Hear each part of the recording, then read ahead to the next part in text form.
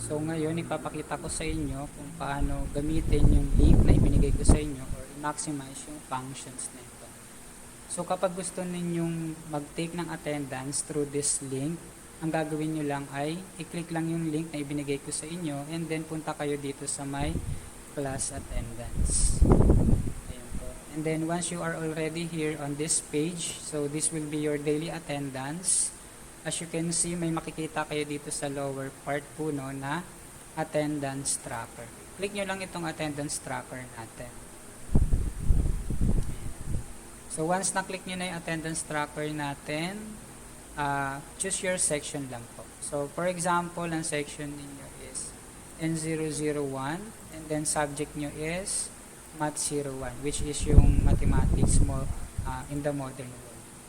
So dito po, start time natin kung anong oras po yung pasok natin. For example, August 14 today. So anong time yung pasok natin? Like for example, 12 PM yung pasok natin. And then kung anong oras yung end time natin. For example is 1:30. So 1:30 PM. So start time 12 PM and then 1:30. And then don't forget to enter your student number. Once you already enter your student number, pwede nyo na pong i-click tong clock in. After nyo i-click tong clock in, may makikita kayong clock in has been recorded. So, ibig sabihin po niya, nakapag-take na po kayo ng ating attendance. So, balik ulit po tayo dun sa link na ibinigay ko sa inyo. So, ngayon naman, paano naman ninyo makikita yung grade ninyo sa akin? So, dito, punta lang kayo dito sa ICCT. And then, as you can see dito, nakalagay naman sa instruction natin, click the button below to see your grade.